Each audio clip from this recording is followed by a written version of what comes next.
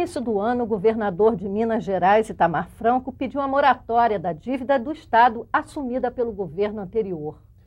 Essa situação difícil do governo de Minas não se verifica apenas naquele estado. Outros estados brasileiros também passam por situações de endividamento, situações de resolução complexa. Foi por isso que o senador José Alencar apresentou aqui no Senado uma proposta de resolução prevendo a renegociação do endividamento do estado de Minas Gerais, mas também de outros estados, o que ficou consolidado no relatório do senador Roberto Requião. O senador José Alencar está aqui conosco e vamos conversar com ele a respeito desse assunto do endividamento de estados, que envolve também outras questões importantes que estão em discussão no Senado, principalmente, e no país todo, que é a questão dos precatórios e a questão agora de dívidas assumidas pelo Banco do Brasil. Senador, prazer em recebê-lo aqui em nossos estúdios. Sobre essa questão complexa e de difícil resolução que tem sido a dívida mineira, qual é a situação hoje do Estado e, de forma mais abrangente, como é que o senhor vê a situação nacional? Bom, você sabe, Floriano, que o problema não é apenas de Minas, como você colocou muito bem. O problema está presente em quase todos os estados da federação e até de também grande parte dos grandes municípios brasileiros. Então, tudo isso tem uma origem. Você não pode, por exemplo, responsabilizar, por exemplo, no nosso caso em Minas, o governador Itamar Franco por essa dívida. Ele acabou de assumir agora, em janeiro. Você também não pode, a rigor, responsabilizar o seu antecessor. Por quê? Porque essa dívida do Estado de Minas, assim como a dívida de todos os estados da federação, foi construída graças a essas taxas de juros onzenárias e absolutamente incompatíveis com a economia de qualquer estado, de qualquer município, de qualquer nação. O governo federal diz que alguns estados não fizeram o dever de casa. O dever de casa, eu penso que continua não sendo feito pela própria União.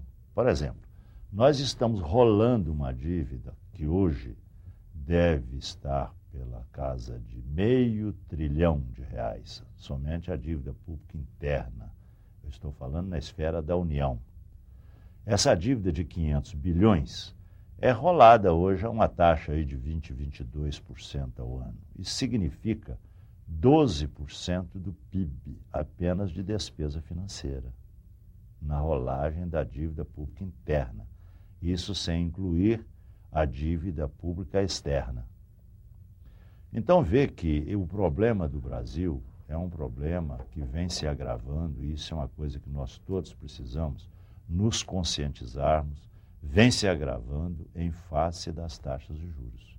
Mas alguns estados estão conseguindo renegociar suas dívidas, não? Todos os que renegociaram transferiram para a União grande parte daqueles juros que pagavam. Por exemplo, quando a renegociação foi feita em Minas Gerais, o contrato prevê taxas de juros de 7,5% ao ano. Então, a diferença que o Estado paga, ou a União, o Estado Nacional paga, hoje 22 para 7,5, isso significa que nós estamos continuando transferindo para a União todas essas despesas financeiras que são construídas por culpa da política monetária de taxas altas. Então, quando a gente chega e entra com um projeto de resolução, voltando ao aspecto do projeto de Minas, o meu projeto de resolução, ele prevê apenas uma ligeira modificação que oferece ao Estado condições de cumprir com aqueles compromissos. Porque no Brasil nós aprendemos uma coisa que virou praxe: tapar o sol com a peneira. Nós fazemos de conta, nós estamos fazendo de conta que as coisas vão bem. Quando, por exemplo, o governo fala em superávit primário, ele o adjetiva com o adjetivo de primário, porque não há superávit, o que há é déficit brutal. Depois do pagamento dos juros. Sim, porque as despesas financeiras são de quem tem a dívida. A dívida é nossa, então as despesas financeiras são nossas. Então nós não podemos separar. De que adianta nós falarmos em superávit primário? Nós estamos apenas enganando uma população que é naturalmente incauta em relação a esses problemas. No final das contas vai ser um déficit. Então o que nós queremos, por exemplo, o caso mineiro. A dívida mineira, quando foi contratada, era, grosso modo, números redondos, 16 bilhões de reais.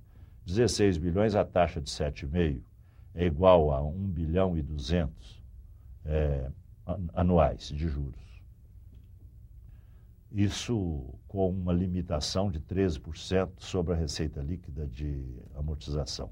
Esses 13% sobre a receita líquida, que está bem em números redondos, é de 6 bilhões por ano, está igual a 780 milhões.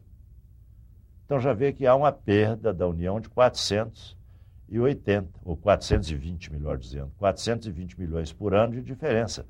Quer dizer, nem os juros estão sendo pagos. Agora, pela sua proposta, Pela como minha é que vai proposta, ser essa? o comprometimento, ao invés de 13, passa para 5. Então, dos 6 bilhões, o comprometimento seria de 300 milhões. Então, dá uma diferençazinha um pouco maior em relação à diferença existente.